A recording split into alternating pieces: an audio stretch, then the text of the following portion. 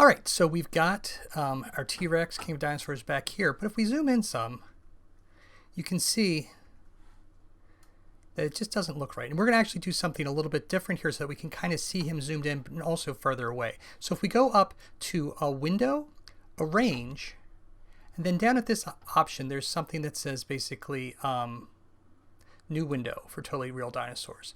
So now we've got these two. We can go back and forth. They're the same one, but if I go to window and arrange, I can do this 2 up vertical, and now I can see both the close-up of my T-Rex and also how that's affecting T-Rex in the larger image. And we can, if we want to, I'm just going to move this over a little bit. We can kind of make that one a little bit larger. All right, so there are 2 different things that happen as things go further and further back in the distance in the atmosphere. If you've ever looked at, like, on a beautiful day, there is sunlight coming through the window and you see those little speckles of dust. Well, that dust is everywhere, and you also have pollution, smog, pollen, a whole bunch of different particles that are in the air. And what they do is you can see them kind of sparkling. That's because they're reflecting and refracting the light. And the further and further back you go from what you're seeing, the more and more dust and junk and other things are there refracting light. And so as it happens, we lose a little bit of the crispness of the image. That's why we get a blur. And we also kind of lose a lot more of this sense of color. Different colors have different waveforms of light, and some of them can kind of go farther past all of that gunk because of the waveform than others. That's why we get a little bit more of a sense of blue than we do the warmer colors like red. Usually if you have reds, oranges like we have with T-Rex, those seem to feel like to us like they're coming closer to us. So we're going to get rid of a sense of saturation, the brightness of the color. We're also going to get rid of the blur. So the first thing we're going to do is we're going to select T-Rex. Now, one quick thing that we can do is if I click here on T-Rex, I can go up here to opacity, and I can make him feel like he's going further and further back or disappear entirely by just doing that. That kind of lets a lot of the blue come through. Now, the problem with this is you can also see as we look closer, it also looks like he's a ghost because we're letting like some of the stuff that should be behind him, like these clouds, kind of go in front. So not a perfect solution, but a really great way to kind of get an idea. Let's look over here and kind of compare how blurred these trees are compared to him, and how blue it is. So let's, like I said, first let's just work with color. So there are ways that we can change the color of the T-Rex, and that is you could go up to image adjustments and do stuff like hue and saturation, levels, all of that.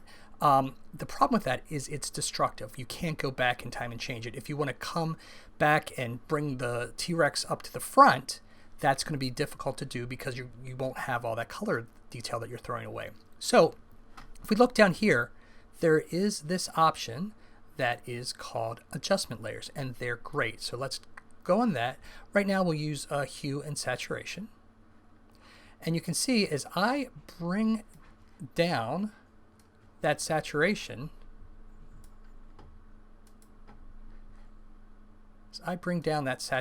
there,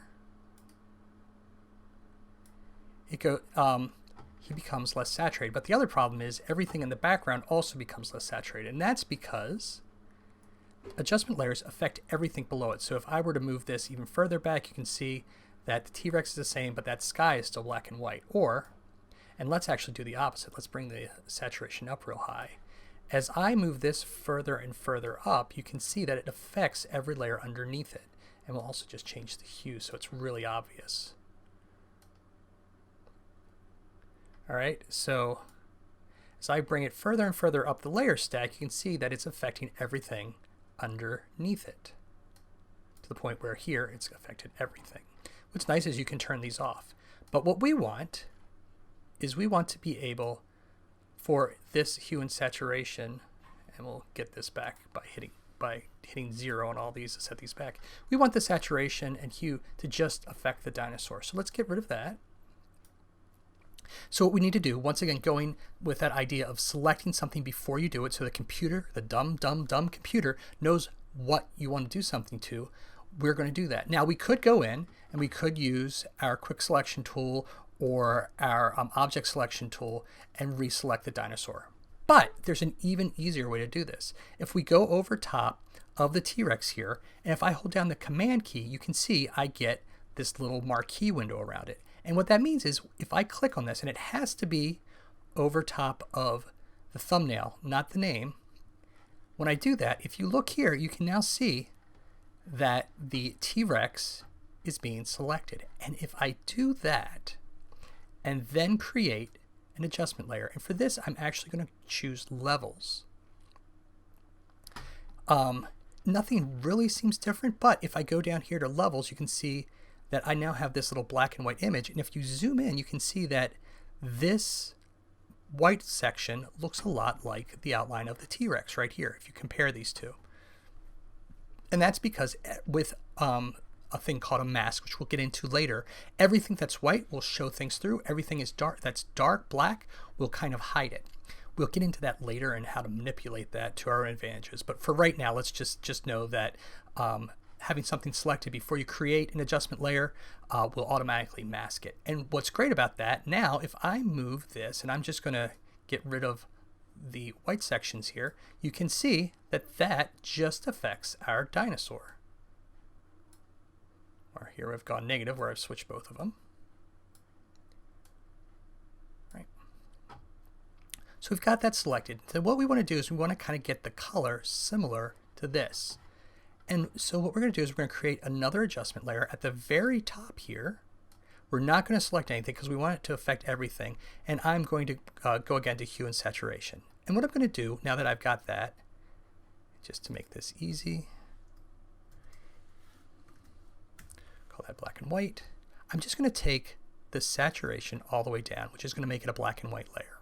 This gets rid of the color section so that we can just focus on getting our tones correct. Going back down here to our T-Rex and the levels. And now if I look, I can see that the brightest areas of this are much, much lighter than the brightest areas of the tree line here. So what I'm going to do, the way that levels works is I can kind of take my darker values and I can have a higher percentage of those by moving that little darker kind of arrow, or I can increase the amount of light areas there, our highlights or our midtones. You can kind of move back and forth. But what we want to do down here is we're basically saying anything, the darkest areas of this, we can move that in. So the darkest areas are actually getting a little bit closer to this gray color. And I can also say maybe my lightest areas are a little bit more gray. And what I'm going to do is if I look here, I've got this like little bit of a highlight here. So I want to kind of maybe remove that so that it's much closer to that. And then my darkest areas are also a lot closer to grayer. If we look here, we can see that this looks a lot closer to that. Right. These highlights are still a little bit hot. Bring that down just a little bit more. And maybe even bring my midtones here a little bit over. Okay, so now if we look here, this in black and white looks a lot more like it should, right?